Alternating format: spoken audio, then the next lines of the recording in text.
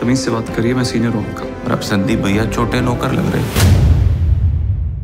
हमारे यहीं पे झलरी में जाइए, आप पैसा लेकर रहे हैं, यहाँ पे बिंदल में पैसा लेकर रहे हैं, सुनो झलरी का मैं यहाँ अधिकारी खड़ा हूँ।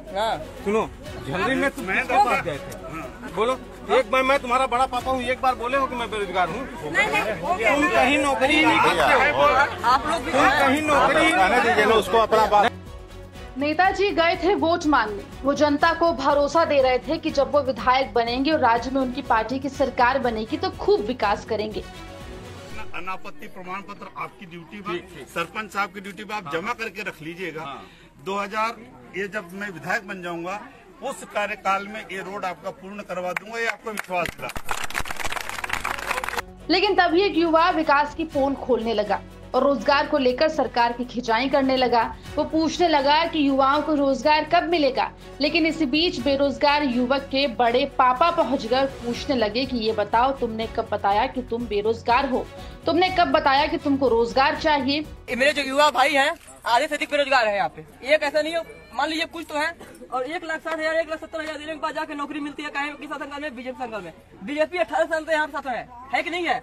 18 साल में यहाँ पे नहीं, आप सुनिए पहले, 18 साल में यहाँ पे लोग हैं हमारे यहाँ पे। 18 साल में बाकी जो लड़के हैं किसी को नौकरी नहीं मिली। 18 साल में पैसा, सिर्फ पैसा, जहाँ जाओ सिर्फ पैसा, पैसा से कोई बात नहीं है। तो जब पैसा नहीं, जब वो नौकरी से लेकर पैसा ले रहे हैं, पैसा से नौकरी दे रहे हैं, आपके क्षेत्र में नहीं आ रहा आउटसोर्सिंग आ रहा है। हमारे यहीं पे झलरी में जाइए, आप पैसा लेकर रहे हैं, यहाँ पे बिंदल में पैसा लेकर रहे हैं, यहाँ सुनो झलरी का मैं यहाँ अधिकारी खड़ा हूँ। सुनो झलरी में मैं गए थे, बोलो एक बार मैं तुम्हारा बड़ा पापा हूँ, एक बार बोले हो कि मैं बेरोजगार हूँ। तुम कहीं नौकरी नहीं करते हो, आप लोग तुम कहीं नौकरी रहने दीजिए ना उसको अपना बात। नहीं बोलने दो ना, हमको भी बोलने दो ना, क्योंकि झलरी मेरी कंपनी है, मैं वहाँ अधिकारी हूँ। हालांकि नेताजी ने युवक से सवाल कर रहे शख्स को रोक दिया और फिर अपने विकास का दावा करने लगे। जनप्रतिनिधि की भगवान होती है और जनसेवक उनका पुजारी होता है। भगवान से असत्य नहीं बोल सकता, क्योंकि रोजगार मेरे हाथ में नहीं। पहला रोजगार सरकार देगी, और प्रदेश की सरकार भी आपने बनाया है, फिर बनाइए, केंद्र की सरकार भी बनाइए। आपके सुव्यवस्थित व्यवस्था की चिंता करेगी।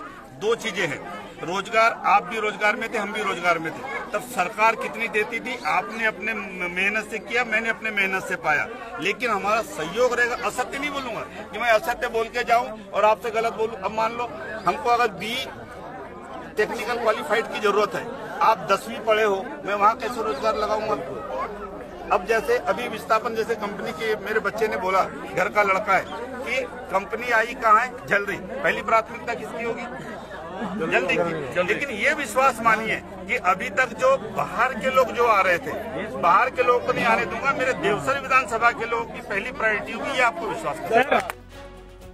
ये सब हुआ है सिंगरौली के देवसर विधानसभा क्षेत्र में, जहां बीजेपी उम्मीदवार राजेंद्र मेश्राम कथुरा गांव में वोट मांगने गए थे।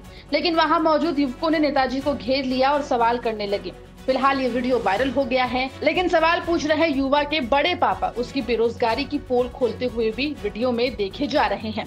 सिंगरौली से हरिओम सिंह की रिपोर्ट, MP तक।